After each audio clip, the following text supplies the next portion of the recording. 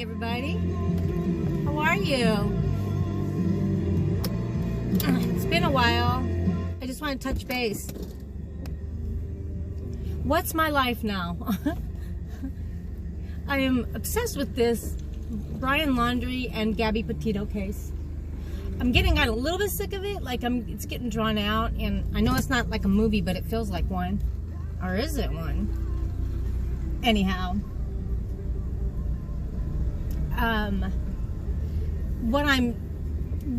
you guys following it? That couple that were supposed to be engaged, but they'd broken engagement off, and they still say fiance, and but they're not.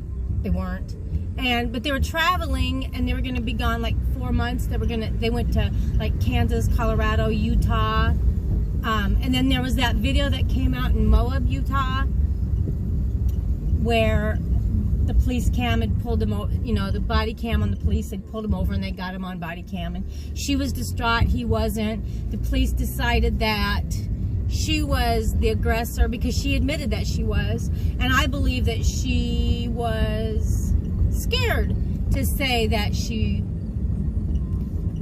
was also being hit, because there were also other people who'd witnessed outside this restaurant where they got in this huge fight, and they had witnessed this big altercation between them and said that he was slapping her.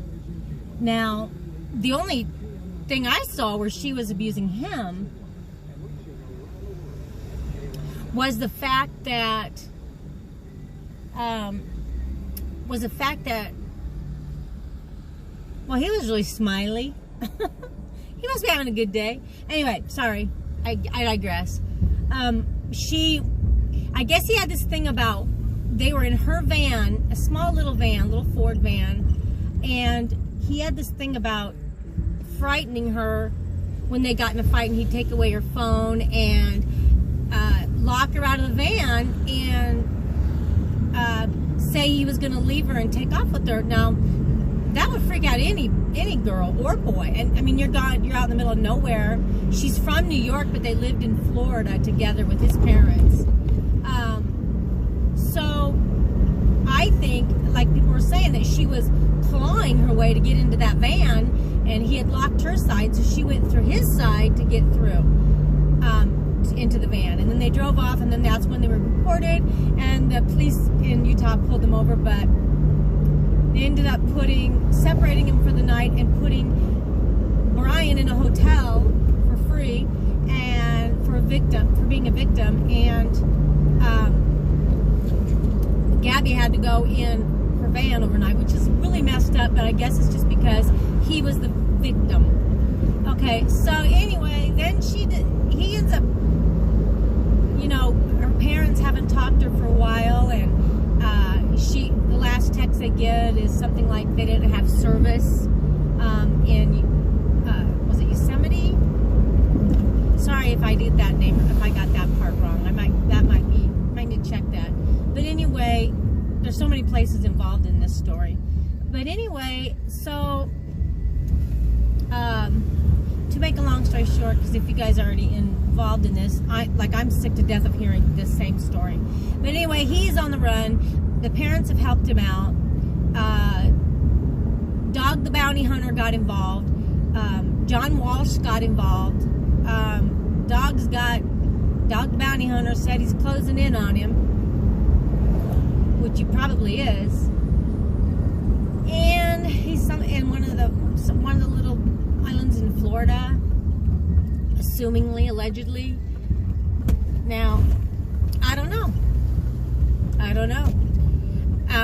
I have been so back and forth. At first I thought, no, he's dead. He killed himself. Because he's probably, where he killed her, allegedly, there's the death penalty. There is the death penalty, and I'm pretty sure he would get the death penalty.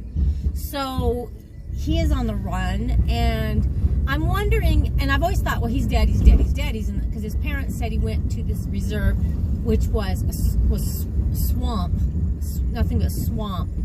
So, is that true? I don't know, but there's way more to it. You'll have to go into it, because there's so much to this story. You will not believe it. There's so much to this story. But, oh, it's supposed to rain today. We're getting thunderstorms this afternoon, so I better roll up my windows. I don't know how many times I've come out here and my windows have been down. Got rain this morning, and now it's beautiful out, and we're supposed to get more rain. But anyway, have you followed the story? Let me know if in the comments below if you're following it and what you think. Is he dead? Is he alive? Are they on the right track? Now, this guy was an avid camper, but you wouldn't really call him a survivalist.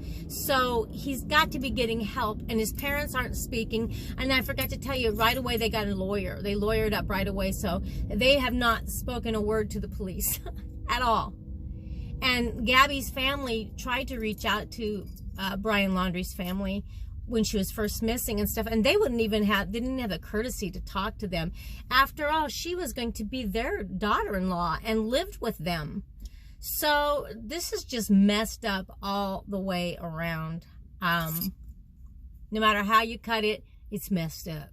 So anyway, let me know if you're following it. And what I want to know, do you think that they're gonna find him alive or dead? I'm thinking that my only simple, humble, dumb opinion is that he is on the run. He is being helped. And possibly when they catch up to him, though, will he off himself because he knows he's going to get the death penalty and trial and all this stuff? I don't know. Is he brave enough to do that? He's certainly brave enough to allegedly kill his girlfriend. They found her body already. They didn't release autopsy results yet, but they did say that it was a homicide. So he was the last one to see her, and they had a tumultuous relationship. So, things that make you go, All right, guys, I gotta go, but I got a busy day. But let me know if you're watching this case and what you think about it. And I'll talk to you later. Bye. I love you.